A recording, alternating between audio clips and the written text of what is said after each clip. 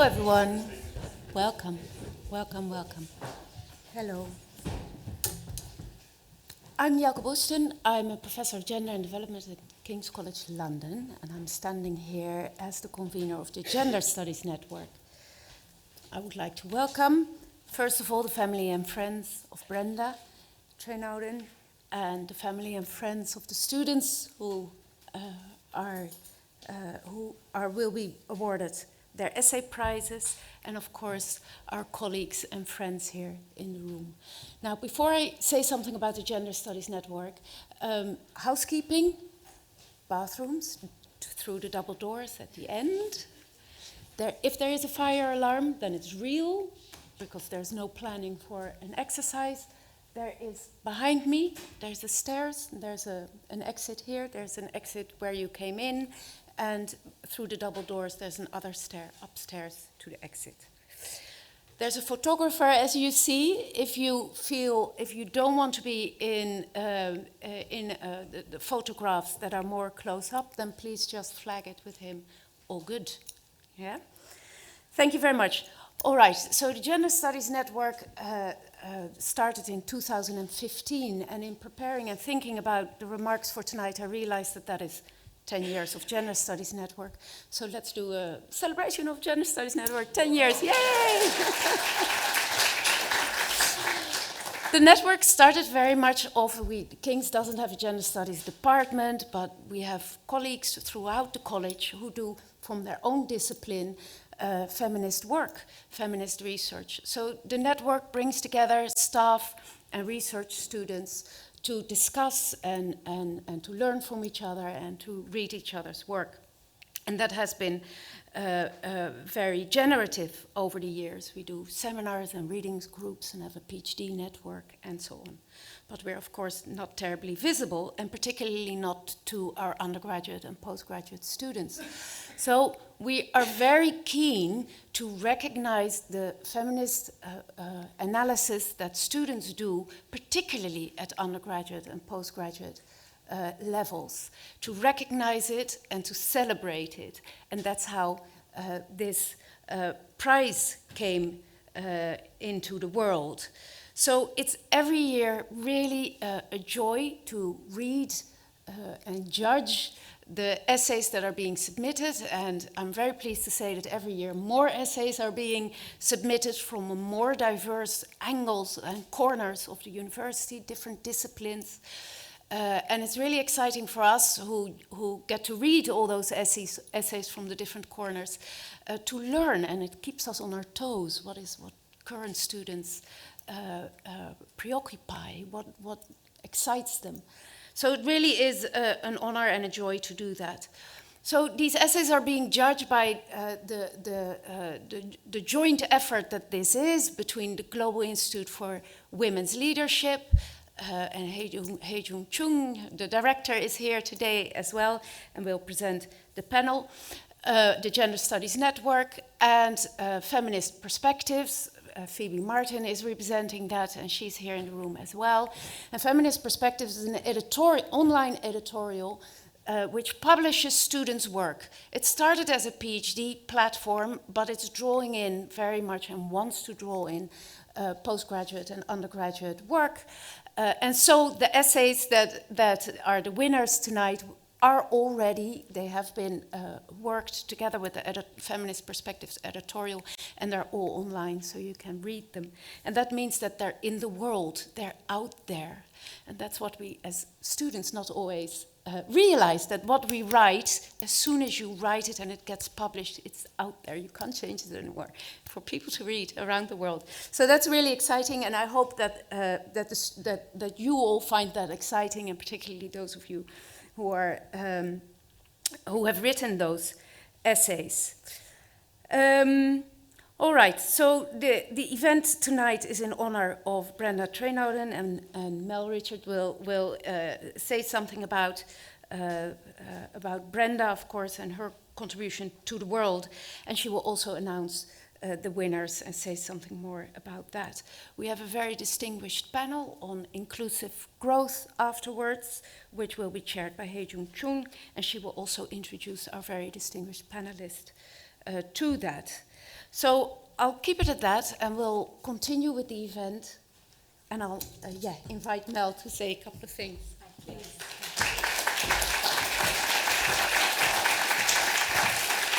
But I have to tell you, it's always a relief when they give me a lectern that it's not too high, because you may have noticed that I am slightly vertically challenged. Anyway, good evening, everyone. It's a real privilege for me to be here with you tonight as we gather to celebrate the Brenda Trenowden Essay Prize and to honour the remarkable woman whose name and legacy inspire it. Before I say more, I want to acknowledge the people who meant the most to her. Her husband Mark, known as always as Tren to her, and her children Teddy and India. Thank you for being here and for your love, laughter and support, which were at the centre of Brenda's life. Her drive, her optimism and her deep belief in what was possible were all grounded in the strength she drew from her family, and I can testify to how proud she was of all of you. You certainly weren't the background to her story, you were always at its heart.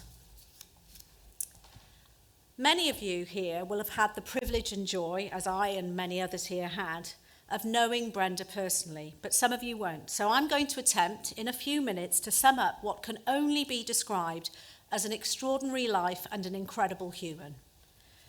Brenda was a leader, a mentor, and a super connector, someone whose conviction and compassion drove change and was truly inspiring in so many ways.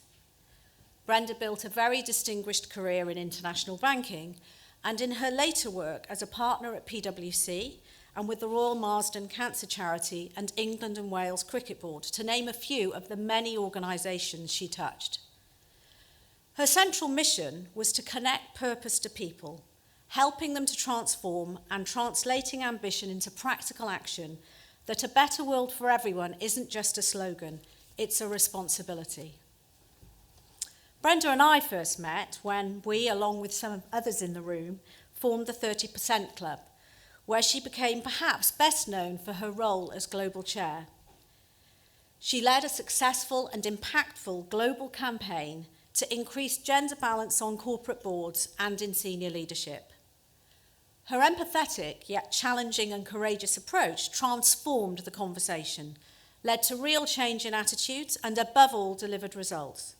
On her watch, the proportion of women in UK boardrooms of the largest businesses went from 12.5% to 45% today. Brenda believed passionately that talent is everywhere, but opportunity is not, and she spent her life working to change that. For her, inclusion wasn't purely a moral issue.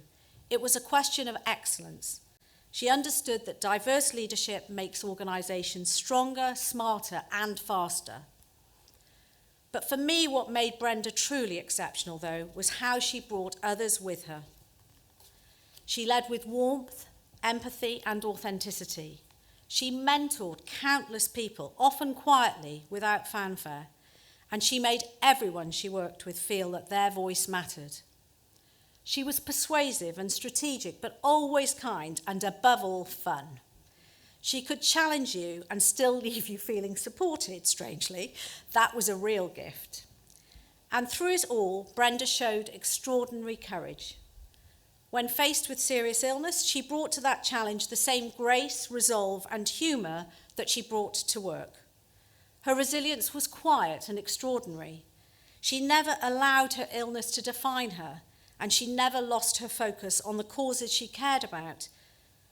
Her strength was steady and understated, the kind of courage that inspired me and everyone around her to do better and be better.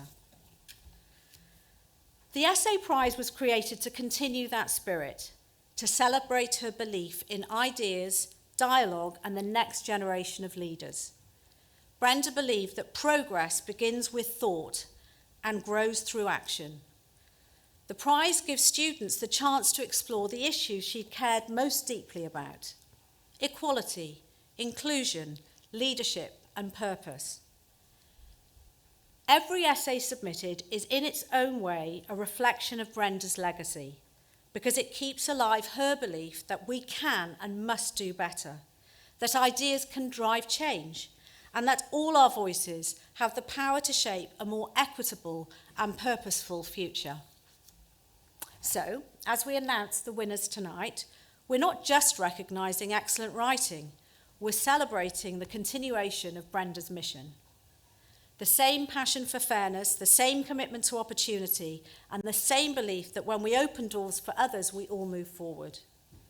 To Mark, Teddy and India, thank you for sharing Brenda with the world. Her example continues to inspire us to lead with conviction, to act with compassion, and to make space for others to shine.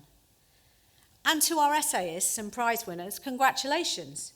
Your ideas, your voices, and your courage to think differently honour Brenda's legacy in the best possible way by keeping her belief in purpose, equality, and possibility alive in the next generation. Thank you.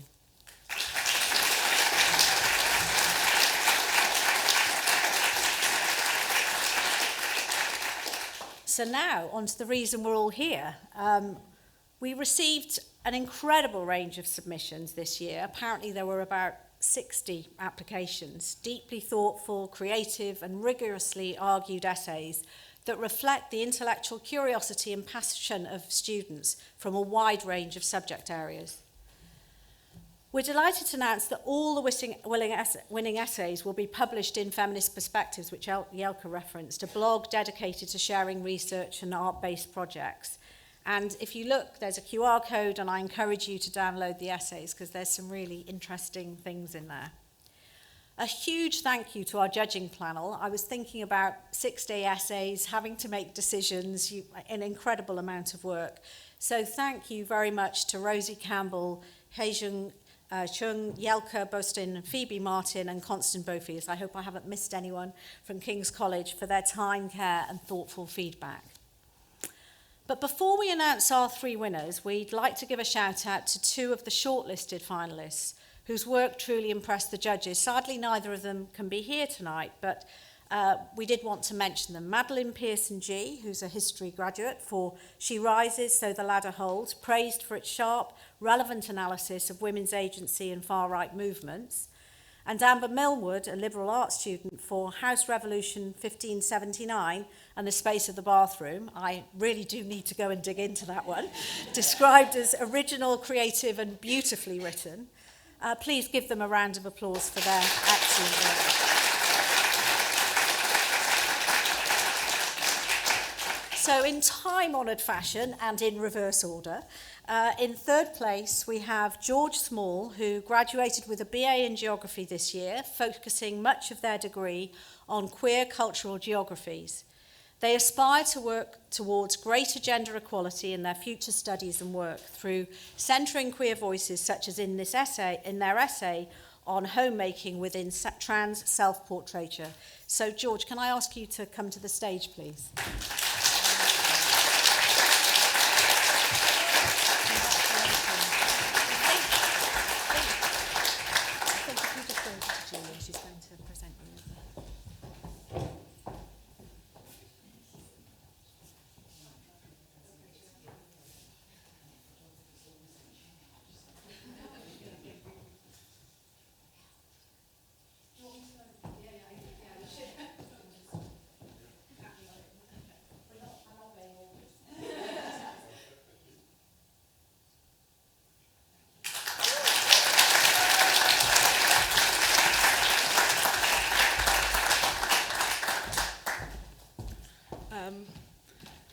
Firstly, thank you so much. I feel really honoured to be here today. I'm just going to get out my speech, I'm sorry.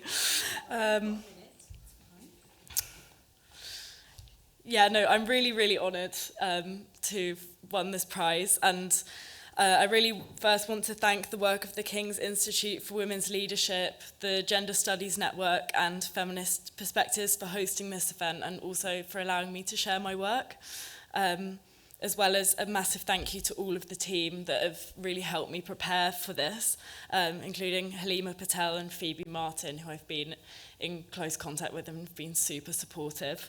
And finally to Catherine Brickle, who taught a brilliant module on the geographies of home and also encouraged me to apply for this prize. My essay focuses on trans self-portraiture as a praxis of homemaking.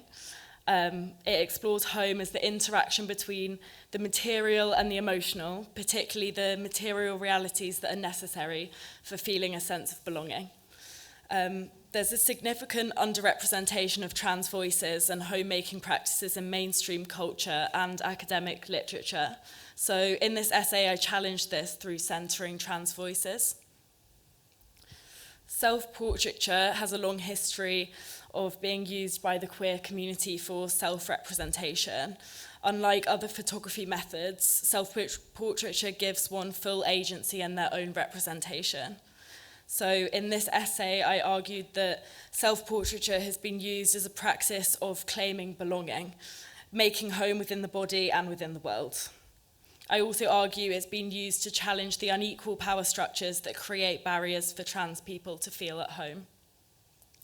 Firstly, I explored the work of Jackson Ackett, who explores their journey towards home through medical transition, care that can be both life-saving and is vital for many trans people to feel at home within the body and therefore within the world. They use social media as a form of digital archive, exploring their gender and homemaking process in their own voice and providing a platform of positive representation for others in the community. I also explored the digital archive of Queer in the Kitchen, where trans people have shared pictures of themselves in domestic spaces, showing how the home can function as a node in a queer network of care. With barriers of access to traditional avenues of support within society, the queer community has managed to thrive through chosen family and community networks of mutual aid. This imaginary of home is both a vital force of survival and offers real potential for societal change. Through sharing these self-portraits online, Queer in the Kitchen challenges the neoliberal logic for individualism to an idea of home that extends beyond the nuclear family structure.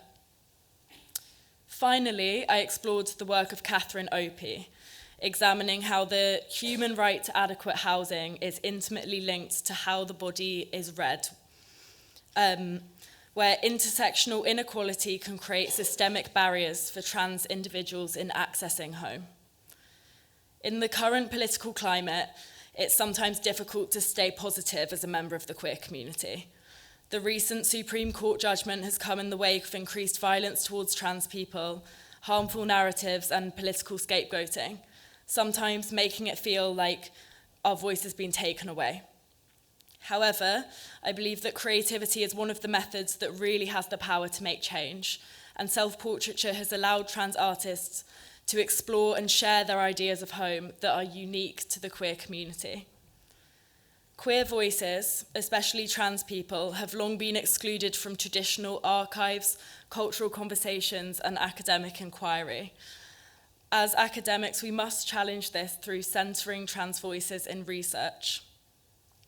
One way to do this is turning our focus to where people do have access to platforms, and attention must be turned to how social media and digital spaces are being used as an avenue by which queer agency, networks, and representation is being mobilized.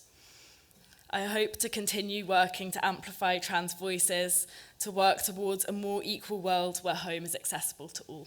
Thank you.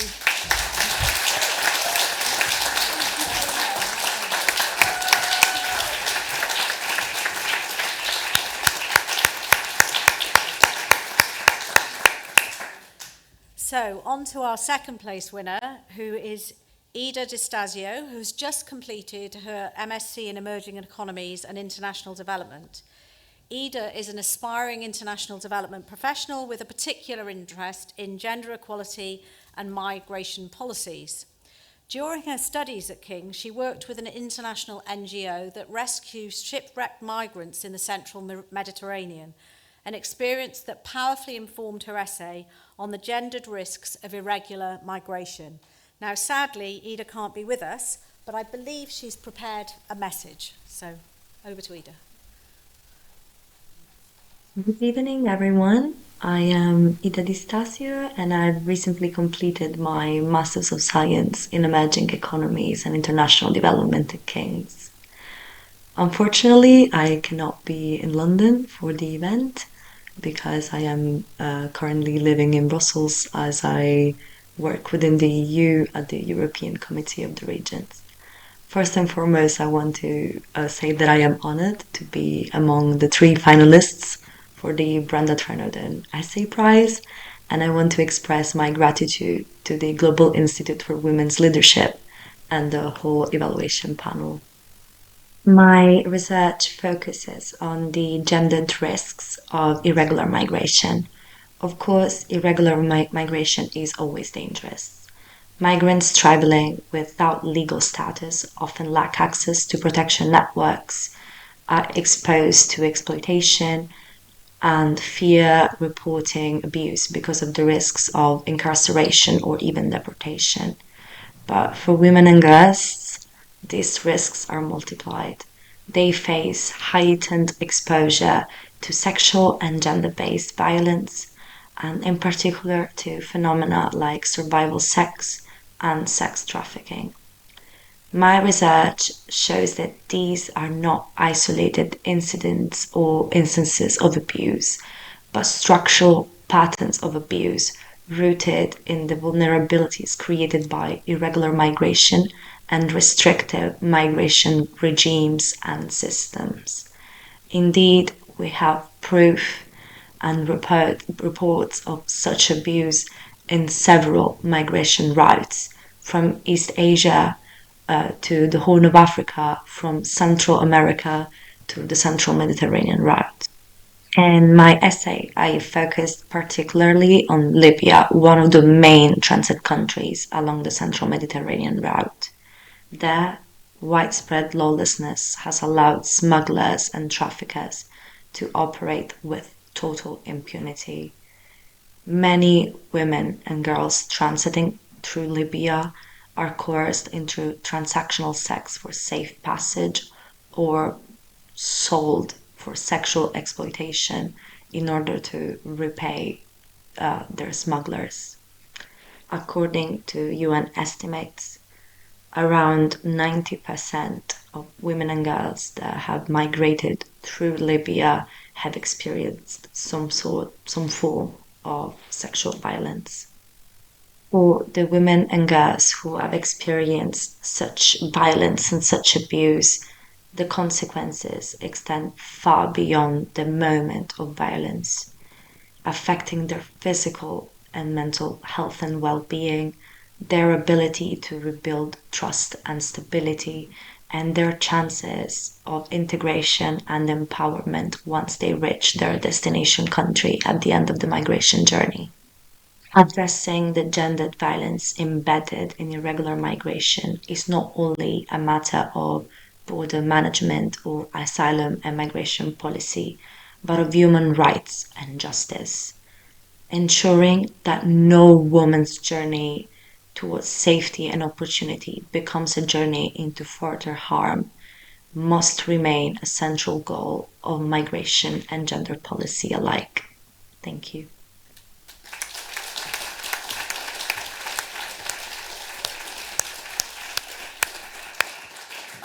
So now we're on to our first prize winner, Humreya Ismail, who I hope is here.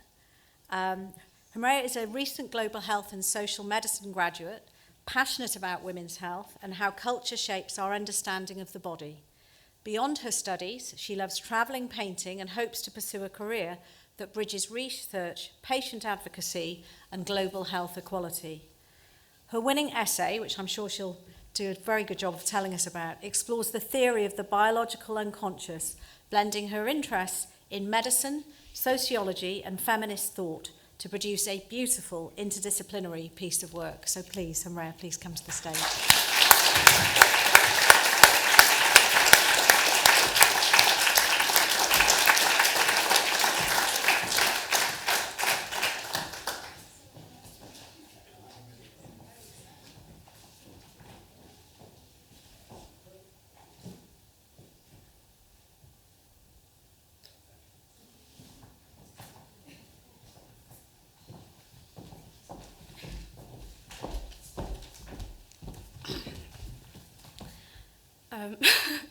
Thank you so much, everyone. I was really not expecting this, so I'm I'm deeply honoured to accept this prize in celebration of the work and life of Brenda Trenowden.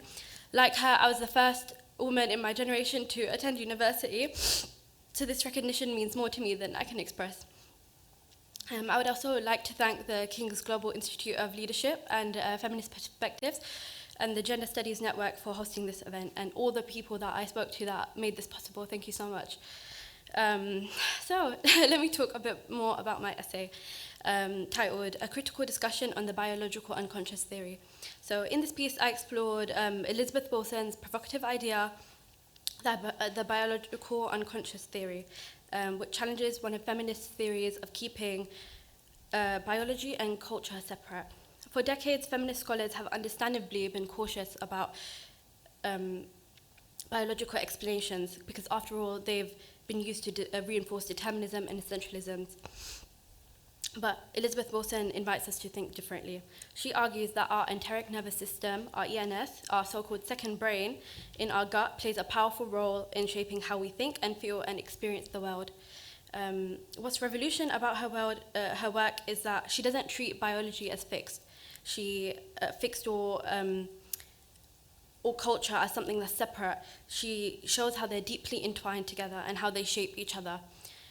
In my essay, I look at how Wilson draws on psychoanalytic theory, especially Madeleine Klein's ideas about early infant experience. And from that, we find out that the gut isn't just a metaphor, it's a real site where real experiences happen and where the self begins to take form. I also explore critical responses to Wilson's work from scholars who warn against using biology too much and reminds us that science has often been used to oppress women, indigenous people, people who, and other people of colour. Decolonial thinkers take this further. They show how Western ideas of the body and mind often erase others and other equally valuable ways of knowing. What comes out of this debate is a call for a more interdisciplinary feminist approach, and one that takes biology more seriously but doesn't reduce us to biology. An approach that keeps power and politics in view but also embraces the complexity of embodiment. This isn't just an abstract theory. The divide between biology and culture has really real consequences for women's life. When we separate the two, we risk either diminishing women's experiences to all in their heads or treating them as purely biological and something that medicine can fix. We see this in everyday women's health conditions that are misunderstood, under-researched, in part because our relationship with biology and social is still emerging to the world. Recognizing this interconnection, it gives us the chance to reimagine women's health in a way that honors both body and mind, one that listens truly to women's lived experiences. Looking forward, currently I'm working as a patient value and access intern at Jazz Pharmaceuticals, and I've come to really appreciate how market access sits at the intersection between innovation and equity. Developing groundbreaking treatments means nothing if patients aren't able to access them. Market access work ensures that scientific advances actually reach the people who need them most, navigating healthcare systems, reimbursement structures, and policy barriers to turn medical breakthroughs into tangible improvements in people's lives.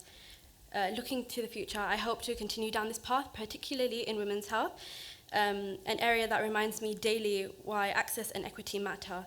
When innovative treatments reach the people who need them most, science becomes something deeply human, an act of care, not just of progress. And lastly, to my family, thank you for your endless support and sacrifice. Every opportunity I've had, including this one, has been built on the foundation you gave me. And I hope this moment honors that. Thank you so much.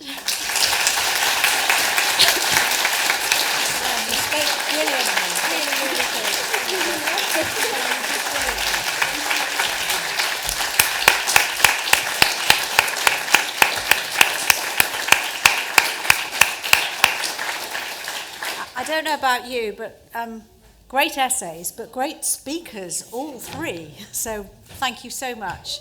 And now I think it's my privilege and honour to introduce Heejung, who's going to introduce the panel. So Heejung. Hello, everyone. I'm Heejung Chung, the director of the King's Global Institute for Women's Leadership. Before I go on, I just want to say what a wonderful group of essay winners. Aren't they just amazing? Can I just give all of them a round of applause? And not to diminish the people who have won the awards, I have to say all 60 essays were of an extraordinary caliber. And what I can say is thank you so much for Brenda's friends and family being here, but that legacy of wanting to do gender equality and studying it and really thinking about inclusion lives on through all of our students and will be kind of pursued on. But before I kind of get too emotional, I just want to say, so at Jewel, our mission is to build a more gender equal world for both men and women in research, education, public engagement. We want to understand how to dismantle some of the barriers that prevent women from engaging but also thriving in the labor market, in society, and contributing to ensure that we have growth, but also create social progress.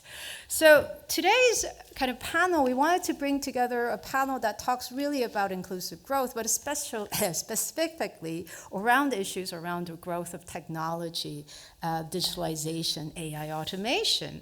So we are witnessing a revolution at this moment where technology has really pushed a level of growth that we've not potentially imagined, where these developments in a way can be completely transformational to change our society for the better, where our future in a previous generation imagined. But having said that, at the same time, AI automation and growth in these areas are providing lots of societal issue, including putting millions of jobs at risk, many of which are women's jobs, where they are disproportionately affected. And it's not only that, as you know, we will later hear, as the Lovelace Report has pointed out, it isn't just that women are not getting into jobs, but also they are not staying in jobs. And with this non-inclusive, perhaps monocultural rise of these industries, we see troubling social phenomena. It could be from increasing kind of political polarization issues in politics, increasing censorization of certain voices in our social media and media as a whole. And when narrow groups of voices are prioritized, we also see that there may be kind of a culture of dominance over social value, where being top dog matters more in some of these industries than actual improving society and providing social impact.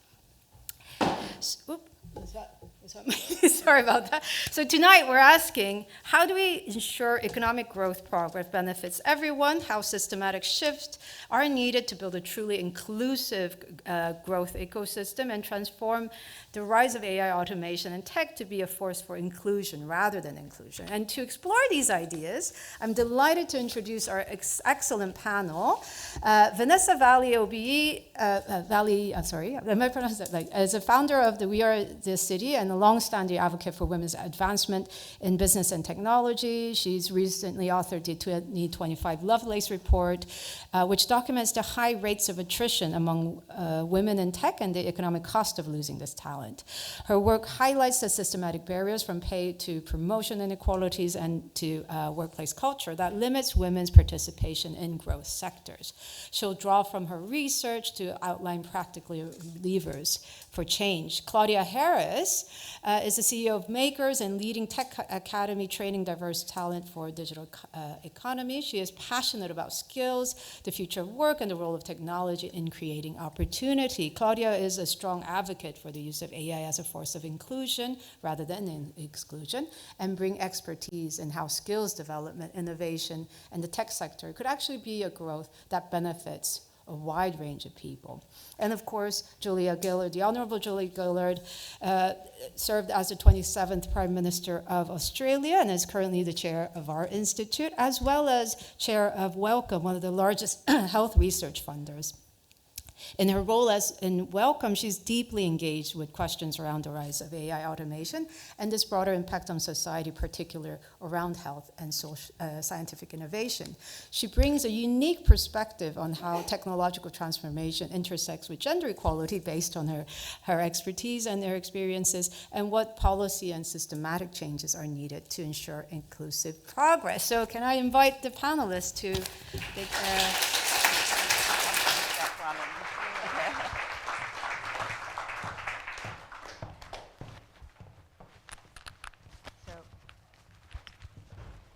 Is the mic working now? Yes, okay. Great. Thank you, everyone, for coming. Just to start off, I just wanted to ask you, Vanessa, so you've authored the Lovelace Report, which kind of highlights the progresses and gaps in women for tech. Can you just summarize some of the key findings? I know that the report, actually, for those of you who haven't read it, it was a really must-read. It has so much data.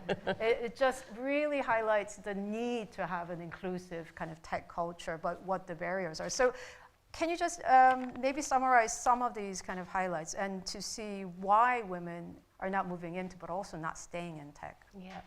So, I mean, I've worked in the tech sector for the best part of 25 years and run WeAreTheCity, which is an organisation that tries to help women to progress their careers in technology. And there's been a number of different reports over the years, but none that have actually put together a financial impact, so the cost of not developing women in tech. So between myself, a wonderful lady called Deborah O'Neill, that works with Oliver Wyman, and Karen Blake, we co-authored what is the Lovelace Report. So we started our research, we interviewed around 500 women and 20 senior women, because it was really important that we got the perspectives of the senior women, because there's not that many, and we need to hold on to them too, because they're the role models. So we interviewed all of them about their lived experience around working with tech. There were some myths that we wanted to bust as part of that research as well. So it's the first of its kind, obviously, to show that economic impact. So if I can just give you a bit of background on the tech sector, it's a 160 billion GVA, there's 2.1 million jobs, however, women only make up 20% of the industry. Now, when I started WeAreTech Women 10 years ago, that was 17%. So we have had the slowest climb ever over the last kind of 10 years. So couple this with the government's big ambition to be a tech superpower by 2030. You know, its desire to build these super data centers, to be an AI superpower. It's slightly concerning because I think there's currently in the region of 160,000 open roles currently in the UK tech sector, and that's set to triple by 2030. So if you think about what that landscape looks like in terms of there only being 20% of women in tech, and we know by our report that between 40 and 60,000 of them are leaving, you know, it's kind of for the last one turn the light off kind of situation. So a bit of a concern. So if we look at that number, it was 2 to 3.5 billion. That was the gap that we identified by not developing women in tech. And that's made up of two different component parts. The first one is 1.4 to 2.2 million. And this is to do with women actually exiting. So actually exiting the industry. And then we have around 1.3 billion. And that's made up of churn. So this is women moving around the industry, which has moving around, trying to find that perfect job and the organisation that's going to develop their careers. So obviously there's lost cost in labour as people kind of get up to speed. You have recruitment costs in there as well. So it's contributing a lot. And I think talking to corporate organisations and to government around that kind of number, it's put it in front of them in a case that this isn't a let's do it because it's social good to develop women in tech. Actually, this is costing the industry money. We know between 40 and 60,000 women are exiting. 45% of them are exiting the industry in its entirety. So they've had enough of tech and they're leaving. The main reasons were progression at 25%. So we have a really long wait in terms of promotion, and that exacerbates the pay gap. It also gets longer the more experience the women in tech get. So between 15 and 20 years, when you think about it, those women have got the most experience. They've got intricate networks within organisations, they're waiting more than 5 years for that next promotion, which is why we see a lack of women at that kind of C-suite level. In fact, there are only 2 women, I believe, in the FTSE 100 that are tech, and they both work in telecoms companies, so just 2. So other things, recognition was the next thing at 17%. So doing the work, not being recognised for it. Pay inequality at 15%. When we looked at the data, a lot of the women that we kind of surveyed earned below the benchmark. In some cases, 50k less than their male counterparts. Where this is concerning as well is that women are leaving at twice the rate of men. So that was another kind of stat that came out there. There's this, a myth that we did manage to bust was around childcare. So I think we've always pointed the finger at childcare as being a reason why women don't progress. But actually in our research, it was only 3% of women that said that was an issue. So that's kind of one of those myths. The other things that we had in there, really for me, I think it boiled down to, and we've talked about it in lots of reports, I know 30% have talked about it, but it is this sticky middle. So, you know, that kind of that point in a woman's career where perhaps you're having children or you've got caring responsibility, or worst case, you've got both, you know, but where you're kind of stuck. And we know that work looks like a pyramid, and that structure is broken for us. So the women get stuck in there. So some of the recommendations that we've been talking to companies about is looking at that sticky middle. Who's not been promoted? Who's been sitting there for the last 3 years without opportunity? And one of the big things that did come up as well was around fair allocation of work. So these are the high visibility, transformational change programs, because when you get the opportunity to work on one of them, and again, I speak from being lucky enough to have experience working on one of those programs, and I know it accelerated my career because it enhanced the network of people that were around me. It gave me a story to tell. It was a CV enhancer. But what tends to happen is those kind of roles are allocated to the usual suspects. It's generally to do with proximity bias around the people that allocate that work as well. So one of the things we're asking companies to do is to look, are we just putting the usual suspects into these same programs? How do we identify the women that are stuck in the middle? And also just clarity around what career progression looks like, and also counting lateral moves as well, because we know that pyramid gets thinner at the top in terms of opportunity for C-suite. So how do we create more of a breadth as opposed to this kind of old-fashioned career ladder? So, I mean, I'm just going to come back to you, Vanessa, but Claudia, about 10 years ago, you conducted a similar research for the 30% Club, and you actually find that it's actually very, very similar results, and nothing has much changed. Well, I should say, so I absolutely love this report, Vanessa, and thank you so much for doing it. And it wasn't me too, it was a lady called Emily Lawson, who many of the ladies in this room know well, and working with Brenda. And she conducted this piece of research over 10 years ago on why more women weren't making partner in professional services. And exactly like this piece of research, the kind of myth was they're all leaving because they want to go and have kids. And what the research found, and it was kind of startling and rather horrifying how similar it was, it basically found no, they all want to make partner, they're not being promoted, and the ones that are leaving, it's the rational response to looking up and seeing that you don't get promoted, so why would I invest the time in trying to do it? And that was the sort of Emily's, always her phrase, wasn't it? It's kind of the rational response to the bad news. And what was really striking about that was that work allocation, again, came out. There were lots of different recommendations, sponsorship, mentorship, but the thing that made the biggest difference, and my role in it was that Emily, having done that work, I worked with a lady called Caroline and lots of people in this room to go and work with some of the professional services firms on trying to implement the results, and much less like what you're doing with tech now. And what we found was that the biggest driver was this work allocation. And you had this thing where the sort of older male partner would look at some young girl and say, oh gosh, you know, she's a bit fragile to work all night on this project. I don't know if I can send her to Japan. She reminds me of my daughter. And then would give her the kind of glue work. And then the men would get these kind of punchy projects, and that's what gets you promoted. And so I just so related to this report. And I think this idea of women doing the glue work, the non-promotable work, you know, we've just got to make sure that women get the difficult projects. And I think that message to all the tech firms is just so powerful. And it was just very resonant. I just thought it was worth bringing up because so many people in this audience were involved in that work, and Brenda was involved in that work 10 years ago, and it was very similar. So, I mean, Vanessa, kind of going back to the tech industry, so what we're kind of picking up is that there's a benevolent sexism, actually gender bias really through and through with regards to acknowledging women's contributions, acknowledging women's worth, especially the middle managers. And again, You know, it's changed maybe a little bit, but it's again the glass ceiling, that the glass ceiling may be a bit harder in these tech sectors. Do you think that is what's happening? I'm ever the optimist, right? I do see change. From my days, I mean, I worked across 9 different banks in tech roles, and I was generally the only one at the table. That's why I set up WeAreTheCity and WeAreTech Women. I do see change in organisations. I still see the bias in the technology that we're building because the women are not in the room to challenge it. But I do see change in organisations in terms of acknowledging the problem. You know, even before, I mean, we work with 100 different companies in the WeAreTech Women space. So there's got to be some element of, you know, acknowledgement of a problem for the fact that those companies work with us. But you are seeing more kind of leadership programs. I'm going to come on to Claudia's point. One of the things that came out of the report is they were screaming for sponsorship. You know, there's this thing around over-mentored, under-sponsored, but without getting visibility, and sorry to go off track a bit, but without getting visibility and to be able to build a senior network, you can't articulate what your achievements are, what you're good at, and that story cannot be repeated in rooms that might open up doors of opportunity for you. So it's all interlinked, from the high visibility projects to who your network is and who can kind of, you know, put your name in the ring for something. So I think I have seen change in organisations in terms of acknowledging the problem, in terms of looking across the landscape and looking at the data of who's coming into a senior role.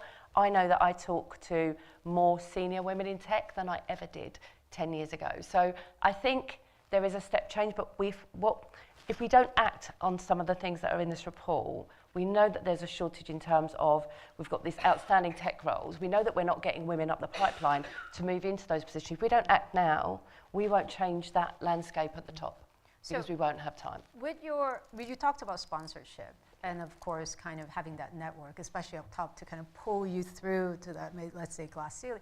What would be the one most important thing you see that would really help retain women and also help women kind of grow in those sectors? I think if I can just go on to the sponsorship bit, because I do think it actually really does help women. I think it's for senior leaders to understand what that looks like. And it isn't a big thing that we have to go on a training course for. These are small micro actions that we can take. There's a wonderful lady that I interviewed called Jackie Wright. She's a bit of a legend in the tech space. She worked across government and kind of industry. And she told me the story of a gentleman that used to be in her meetings that would just make sure that he cleared space for the quieter voices to be heard. So it can be something as simple as that. When an idea is being stolen by someone else, to go, hold on a second, wasn't that what you were saying a moment ago? And to let that idea sit where it was created. Other things like when you've got the loudest voices in the room and the quiet person that's sitting there, and what are your thoughts on that? So it's little things like that. There was a story of a gentleman that I worked with, and he took it upon himself. He took 3 women in his department and he would take them along to his meetings. And he would say, these guys are just shadowing me. They're just going to sit in the back. By the way, introduce yourself. What he did in that, he was expanding their network, he was giving them visibility, but he also used to give these ladies examples of his work, saying, look, this is, you know, non-confidential stuff. I need to make an informed decision based on these papers. You guys read it, come up with an idea of what you think I should do, no wrong or right answers, and then we'll talk about it. So he was showing them what it was like to operate at his level. That stuff costs nothing. That's a little bit of innovation, a little bit of effort on his part. So small acts of sponsorship, I think, can really shift the needle for women. Okay. So. That's great. So I'm going to move to Claudia now again. So at Makers, you're supporting a diverse new talent for tech industry. So can you tell us a little bit about what you do and the activities that you do, and then also the achievements that you were able to make through that? Yes, so when people are thinking about how do we bring more women into tech, they often think about how can we get more women to be computer science graduates, because at the moment 20% of computer science graduates are women, which is a shockingly low number, and there have been so many achievements in terms of women taking maths A-level and all sorts of wonderful things, but this number, a bit like the number, Vanessa, that you referred to, has been very stubborn to move. And we must increase the proportion of women who are computer science graduates. However, the problem is that we only have 500,000 people leaving school every year entering the workforce. There are 30 million people working. 80% of the 2030 working population is already in work. So even if you ramped up the number of women, computer science graduates, to 50%, it would take 50 years to change the whole stock. You can't do it by changing the flow. You've got to change the stock, in our view. And so what we think you need to do is just retrain thousands of women into tech, right now, right here, today. And the thing is that if you think about that sort of 80-20 proportion, if the reason that there's only 20% of women taking computer science degrees is because women don't really like tech or they're not that interested, well then you kind of haven't got a problem. But if you think, well actually maybe the reason women aren't going to university is that they were born in the wrong town and they're not taking computer science is because their families aren't encouraging them or their school's not encouraging them or they're being bombarded by social media, which is run by men, then maybe we have got a problem. And I think the more you believe that there's a problem, the more you believe that there are hundreds or thousands or millions of women out there who could be brilliant in tech. And we believe that there, like Vanessa, that there are millions of brilliant women out there who could be in tech. So what we do is that we run recruitment campaigns. We don't look at background. Yeah. We just look at attitude and aptitude. And the way we do it is that we give people sort of 10 days to learn a bit of Python on their own, and then we test them on that. So can you bother to learn some Python on your own? Are you going to sit through a test? We had 10,000 people apply for a campaign recently, but 70% of the people didn't take the final test. Because actually it's a pretty good test of whether you've got the grit and interest to pursue it. So, and then we run an interview, but we don't look at your background, and the consequence is that 40% of our students are women, and 50% from diverse communities, and then they go and get these amazing jobs. You know, Deloitte Digital takes them as consultants, and they take them alongside their graduate route. But and we've been working with Deloitte for 14 years. Actually, I was just there before here, and we were just having a little sort of. Well, I was having a personal celebration. They weren't celebrating that. They were celebrating something else. I had a personal celebration. But the reason Deloitte started working with us was not because they wanted to bring more women in. And this is the thing. They did it because they wanted brilliant people. Yeah. And if all these people are being barricaded, then you've got to open the doors to find the brilliant people. And the consequence is you get 40% women. Yeah. And they go and work for Google. And now we have, there are women running the tech teams at the Financial Times, in Spotify, in the government, at Deloitte Digital, who came through Makers 5 or 10 years ago, and they've worked in education and in shops and one of the ladies, we were in the panel together, Vanessa, we were 2 panels together, and there was a lady from Spotify who'd worked as a temping executive assistant before she did Makers, and now she ran a massive team at Spotify. And so, just quickly, a number of our Tech Women 100 award winners started life at Makers. So, I mean, okay, so I teach our students in a module called Gender Work and Equality about how, a lot of women end up kind of not failing necessarily dropping out, but also not doing so well in a lot of computer science or tech degrees because it's so male-dominated culture. But it seems like what you're doing is drawing in, but also supporting a lot of women to finish, see through those. Like, what do you think, how did you manage to do that? Because it seems like that's something that a lot of people weren't able to do. Well, I do think Makers is a very, very warm and inclusive culture, and it's a huge part of what we do. We are absolutely focused on being a safe and inclusive place for people to learn. And we're very, there are no bad questions, we're all learning. It's very much the kind of culture of the place. But I mean, a classic profile we get at Makers, we just get this profile all the time, is a young woman who was brilliant at computer science. One of the women I spoke to recently, her dad was a computer scientist, but in the end she did French at university because somehow that was just sort of set of social expectations that ended up sort of occurring around her. She ended up going into policy and government. There was a big implementation, and she ended up being the kind of product person. And the tech guy was like, well, why aren't you on my side of the table? And she's like, well, yeah, actually, why aren't I? And now she switched. Right. And that story, written different versions, is just, we hear it so many times. So I think the point is that these women all have the capability, but they're just knocked off the path. And I don't know about computer science degrees, but probably it is harder if you're in a very particular as a culture. We know that those things make a difference, and it's a much more broad demographic at Makers. But ultimately, the women can definitely do it. It's just a matter of getting them in. Yeah, but I think the other thing is what you're finding and what you're doing, which is remarkable, and we're just hoping that it will just grow and grow and grow, is that you're bringing in not just tech experts, so people who have backgrounds in French and politics and policies to get the technological advantage, to actually then use those combined skills to be able to apply it in companies. But kind of on that inclusive voice, because your company isn't just about women, it's actually much more diverse in terms of, let's say, ethnicity, class, and you want to kind of encompass all of that. How do you sell it to companies, or do you even not need to, because it's just so important that inclusive kind of tech culture is just a winning kind of formula? Well, I think you sort of you hit the nail on the head with what you said about bringing that prior experience. I think there are a couple of things, which is, first of all, when you fall off the kind of gravy train of school and you end up somewhere, you're not an owner of that choice necessarily. Whereas if you are age 28 and you decided to retrain in tech, maybe take a pay cut, you're very serious about doing it. Yeah. The second is that you do bring all those skills. One of our most successful graduates ran a brewdog bar, That's an enormous logistical operation. I mean, you can just, and all the, the management, the team, you can just imagine, he's delightful, you can just imagine zooming up the corporate ranks. Yeah. So the companies love these people. Yeah. And to take the Deloitte Digital example, they always describe them as curious problem solvers. Our people get promoted twice as fast as the grads. So, this is not CSR, this is, business sense. And they also, this is the kind of personal note, but they bring a kind of positive energy. And I'm not misquoting because he put it on LinkedIn, but there's a very senior man in DWP, he runs all the tech stuff for DWP, and he wrote this kind of funny LinkedIn post saying, I'm a grumpy bastard, I hate people. But I tell you what, the Makers grads have really changed the culture of this place.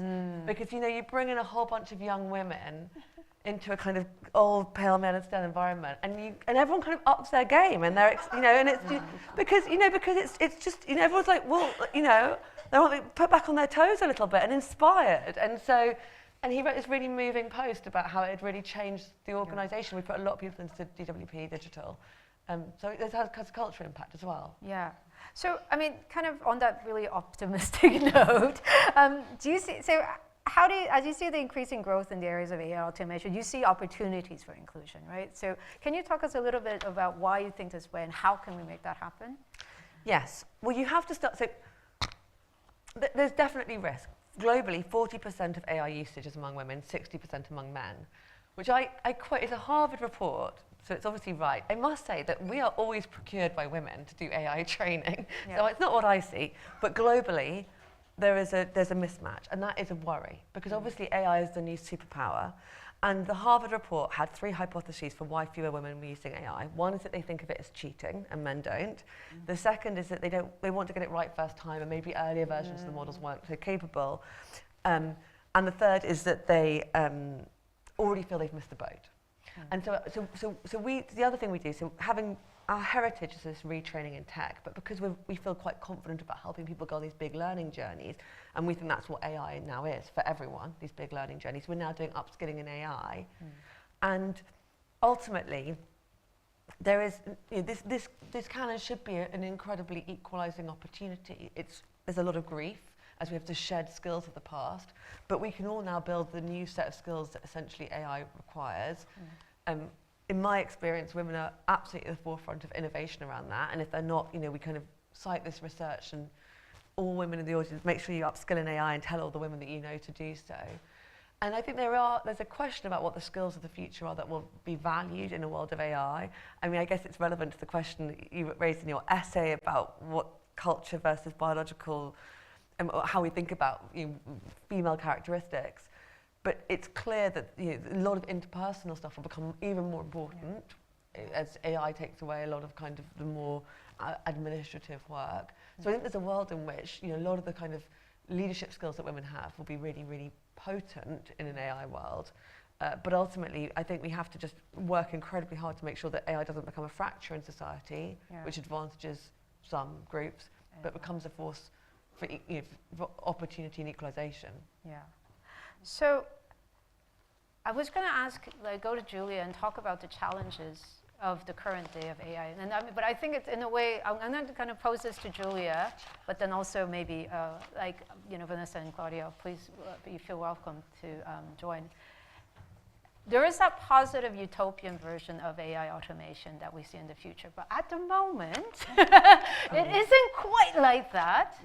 And I mean, a lot of people have mentioned a lot of different problems that we see. Just only recently, someone has mentioned algorithmic biases in LinkedIn, where women's voices, maybe because they're women, maybe because of the content that they're saying, that they're not as promoted as much as men's voices. We know that certain content which are really divisive is being promoted more and being seen more.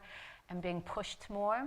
We know that certain politicians have rode on these algorithmic biases to gain power, and here, but also across the Atlantic. So in that sense, kind of the question here is like, what are some of these problems? I mean, are these problems of monoculture? Is it a certain problems in tech? But also, what are the what do you see as some of the biggest challenges of that?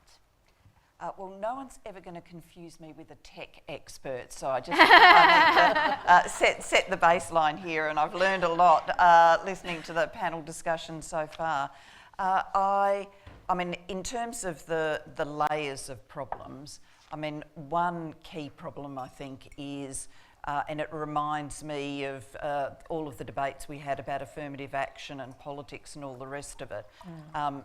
People who come with a degree of expertise might have a sense of the diversity in AI, but most people, when they hear AI tech in this world, are going to visualise an Elon Musk or maybe Sam Altman, the kinds of people, kinds of men who were sitting behind Donald Trump at his inauguration. And so the face is male, the culture, as you see it on display, is very male. And the kinds of things we're now seeing AI do is very male. I was saying to Heejung before we started, you really just want to say, heaven help us when Sam Altman, after all of the huge promise that he's wrapped around his AI work, actually announces that, it's going to also have an erotica part. Okay, so the future is going to be built partly on porn. Like that's the world we all want to be in, is it? Just every old bias, everything that we've been complaining about, everything that demeans women, just being jump-started into this new AI-driven world. So I think until we can break some of that role modelling and tell some different stories about who can succeed in tech and AI, and that's why the work you're both doing is so important. We won't encourage more women to go into it because they'll look at that and think that is not a world I want to be in.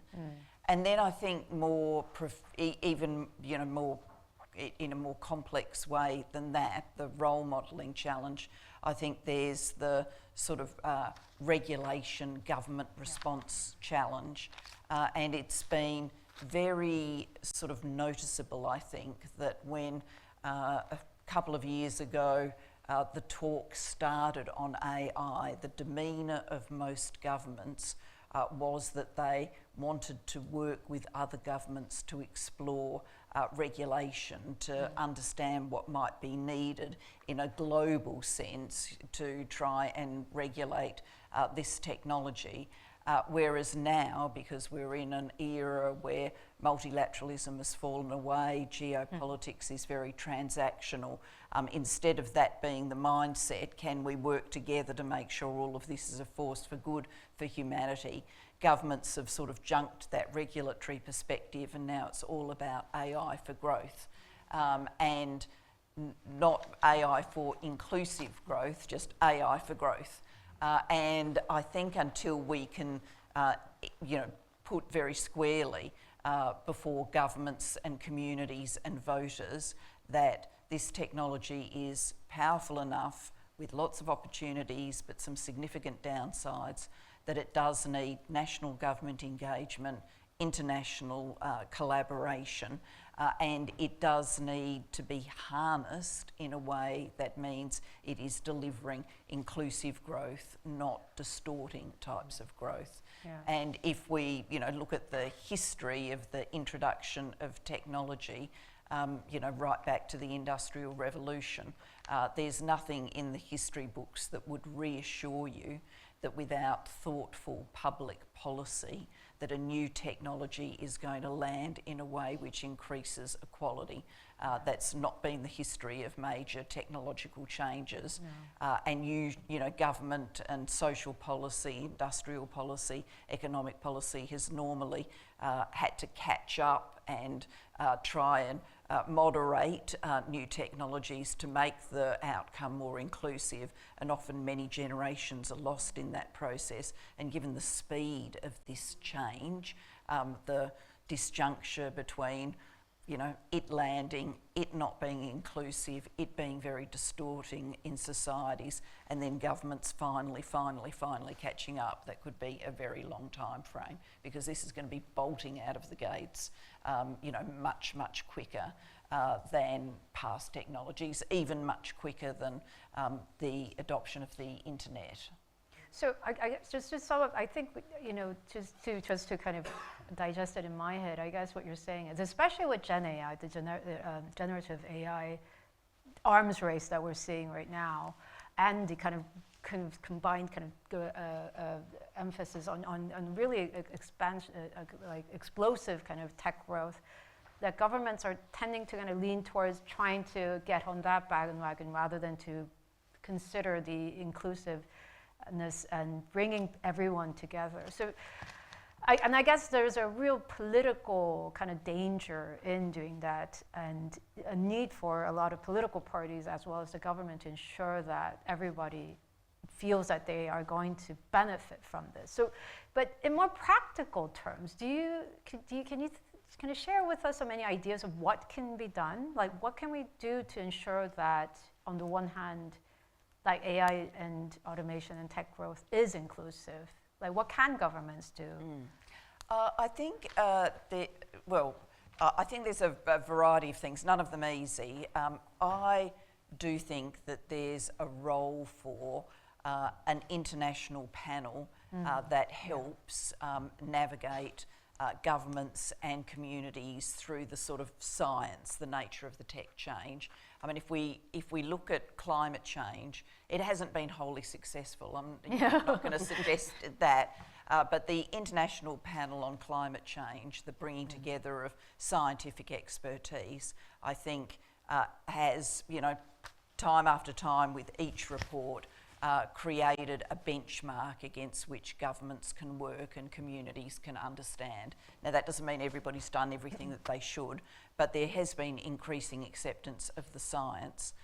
And I think that that was an important way of, you know, helping governments understand the dimensions of the problem. I think most national governments right now wouldn't have the internal capabilities within their civil services to really understand what all this is going to mean. And so, you know, a collaborative international panel with status, which could help stock take and explain, I think would have a real role and help governments tool up.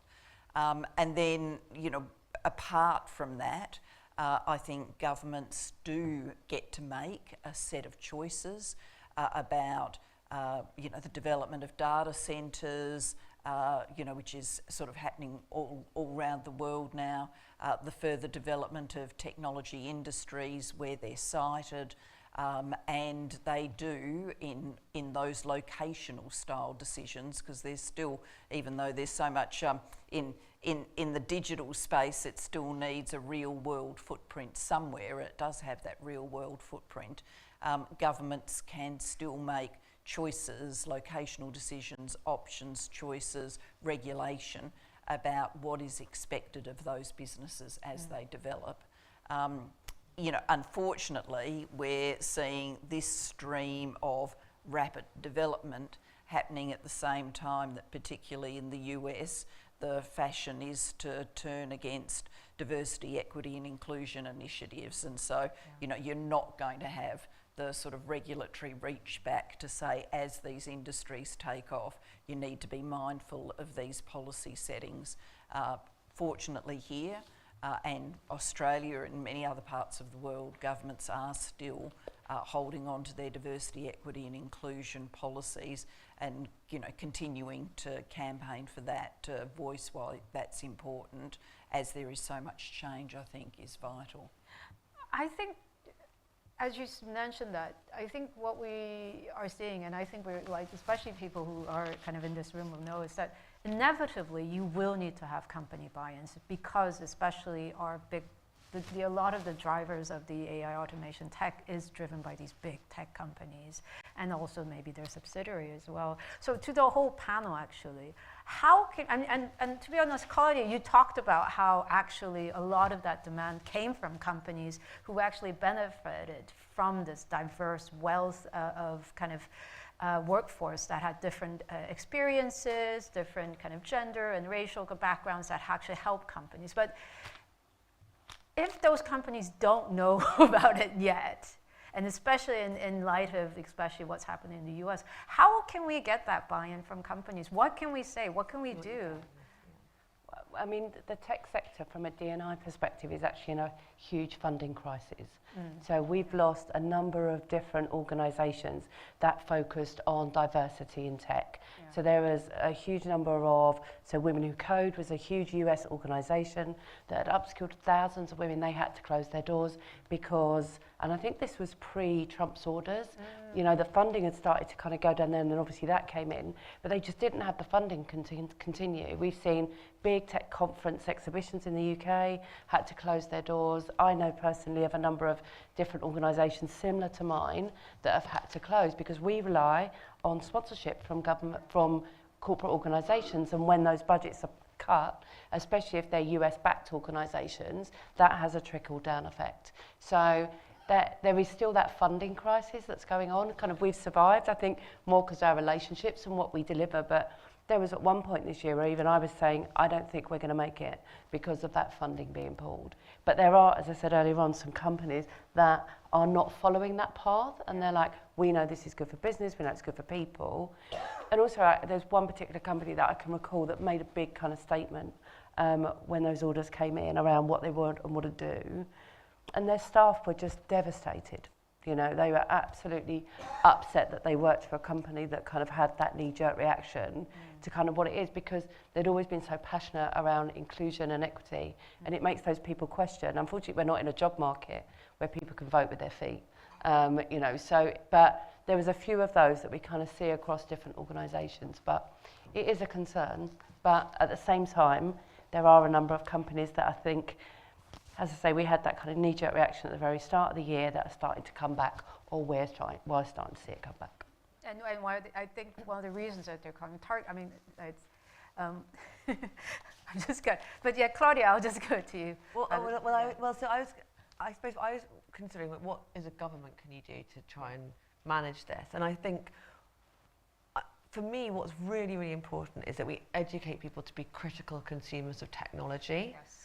And I find this now personally, like the new culture divide, you know, how much you just kind of buy into tech versus take a critical view of it. Yeah. Are you, with yourself, with your kids? I find that that's actually a really important culture divide that's emerged. And I think what you want is that you want aggressive education of people to be critical about their consumption of tech, which is also what we do as we upskill people in AI. You use it, but you understand it's a company. It wants to make money out of you. You know, and that's a very complicated thing to understand. And I do think the thing that frightens me probably, like if you want to go a bit dark, is, you know, Sora and all these kind of absolutely real videos, right? I mean, the whole of democracy is based on the, you know, I mean, you know, old news, but that you can get information that you can trust. But this is really impossible to distinguish. And I'm kind of waiting for the public information campaign. Like, where is the adverts all over the tube saying you can't trust any video anymore? But, you know, but would we trust the advert? Like, what do you do in a world where there's no video you can trust? And we already have a dystopia where, you know, people are kind of falling in love with AI. I don't know if it's a machine. How are kids going to handle it when they've got some perfect friend that, like, is so nice to them and the kid in the playground, like, knocks them over and steals their ice cream? You know, they're going to just go straight back and play with that, like, friend that's based on their own little ego and, like, exactly delivers what they need. So I think it's critical consumption of tech is the key. And if I was government, that's what I'd just be investing in like crazy. Use it, but critically. Understand it's run by men who are making money. And we can't run away, but you've got to be critical consumers of it. And how do we help people do that? And, you know, when it comes to hyper real fake videos, you do start to feel like you're running out of runway. But you know, we've got to row back to optimism. And but I think this is where government needs to kind of really intervene personally. There is certainly a lot of life sciences research at the moment into new mental health disorders which are based on AI dependency, because people fall in love with their AI and it's their best friend. Can I just add one more thing that there's just a big concern is around the privilege of AI. So even now that we're seeing obviously where ChatGPT was free and things like that, now we're getting all these upgrades paid to, and that just increases the divide. So if you've got a kid in a school that can't afford £20 a month to get the answers that they need from these kind of, these extra amazing versions of ChatGPT versus the kids that can, we will see that divide just get wider and wider. And it's exactly what we've seen in society previously. That solve that problem, I think, Okay, we'll so be happy.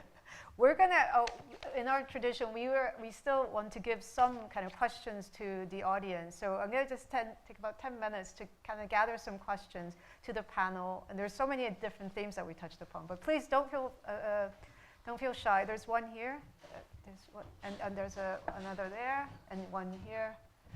So we'll take these three first, and then those two later. Yeah. Yes. Yeah. There.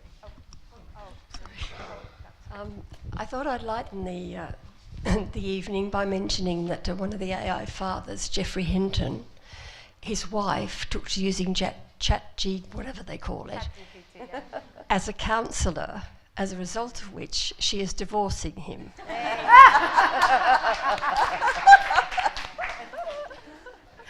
Thank you for that. We needed a little bit of that today. Yes, George. I thought it was really interesting what you were saying about looking up and being able to have like AI systems that reflect different viewpoints, especially with getting women into working in it. And I was wondering how AI is trained, because I know that AI is learning from the information that we have in the world and the information we already have on the internet. And I'm wondering, is there any kind of safeguarding in place of what information the AI learns? Because if it's learning sort of the information on the internet, we have inequalities and biases really ingrained in our culture that the AI will re-perpetuate. And I think that's what we're already seeing and how it's selecting. And so I'm just wondering from both of you. We'll take a couple more. Yes, please. Thank you. My name is Arif Zaman. I just wanted to ask about the research and the analysis.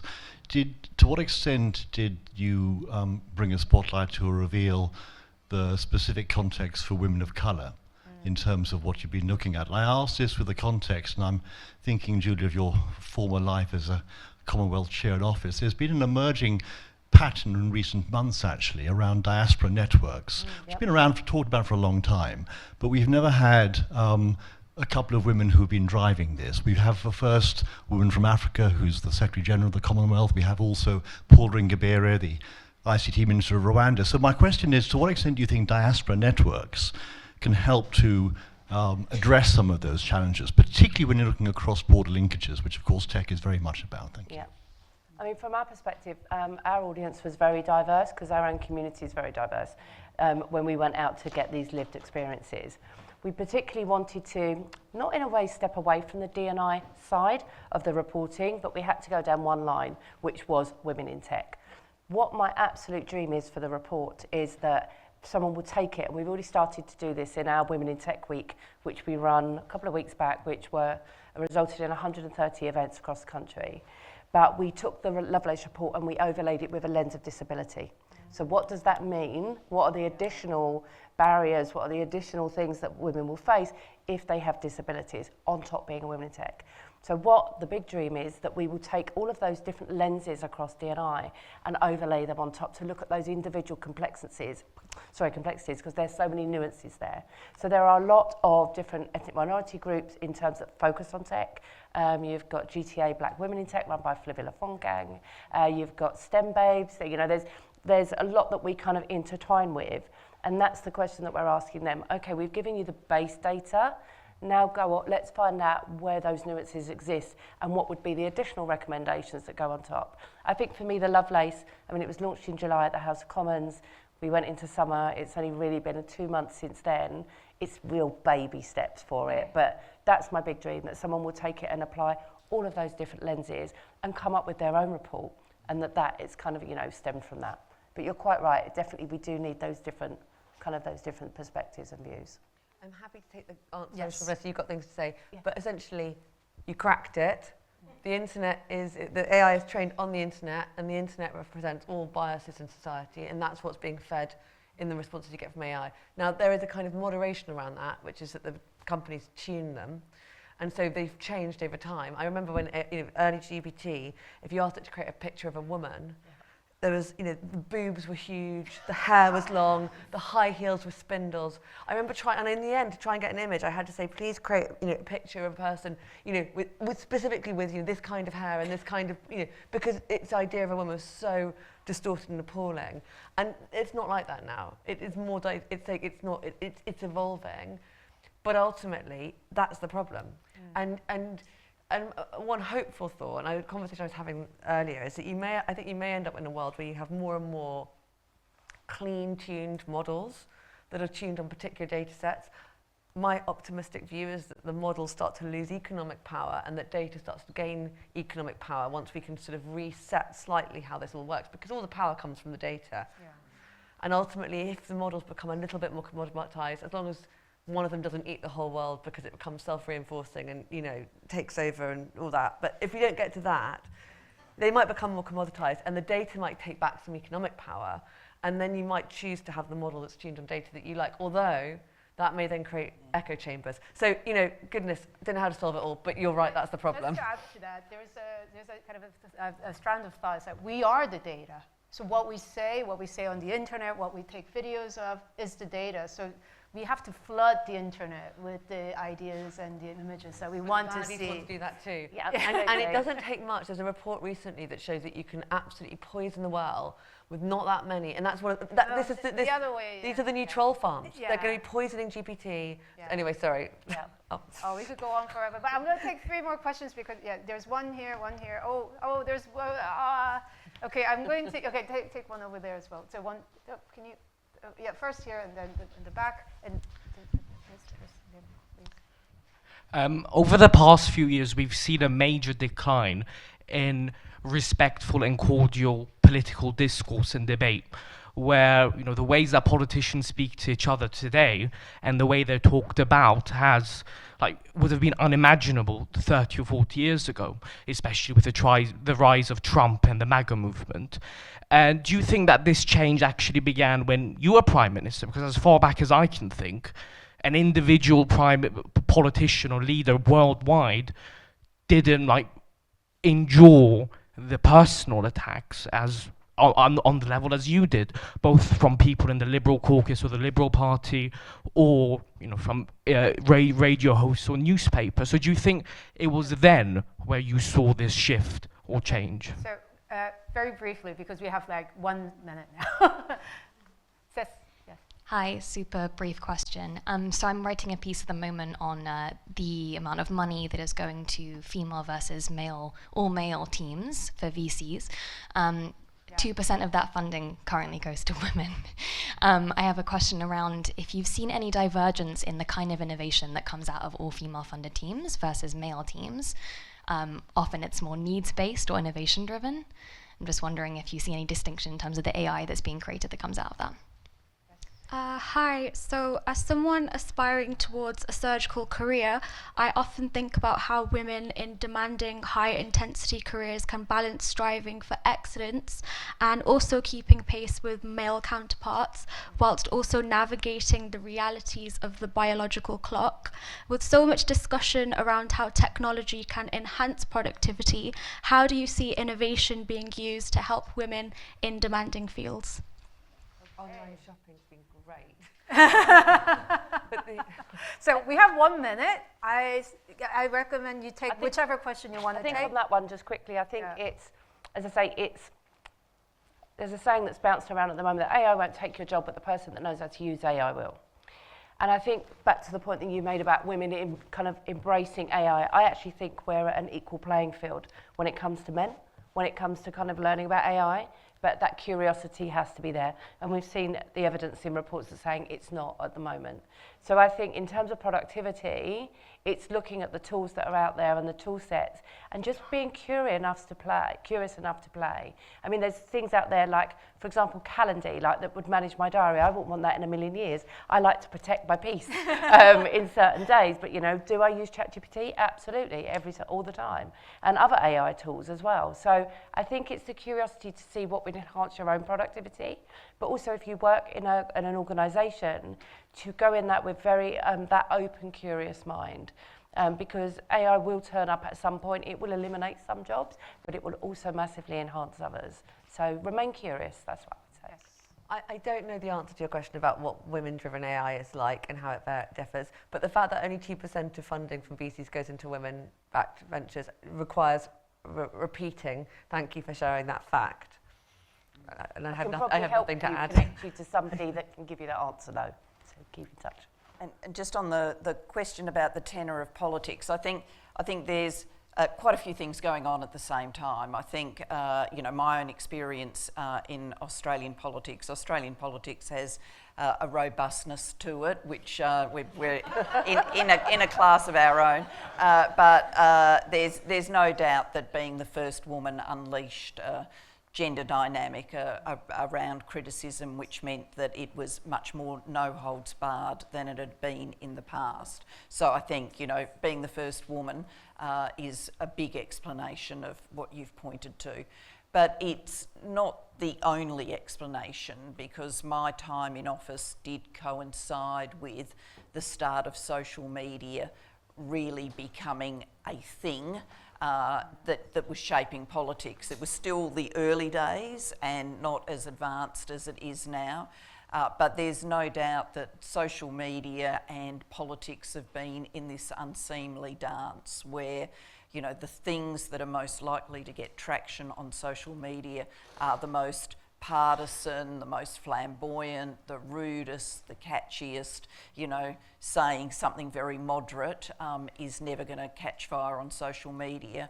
And politicians who want to reach maximum audiences are obviously going to learn from that and respond in kind to try and get their message to propel further and reach more people. And, it's Donald Trump who's probably made that the greatest political art form, and then others have learnt from his experience and are seeking to mimic it.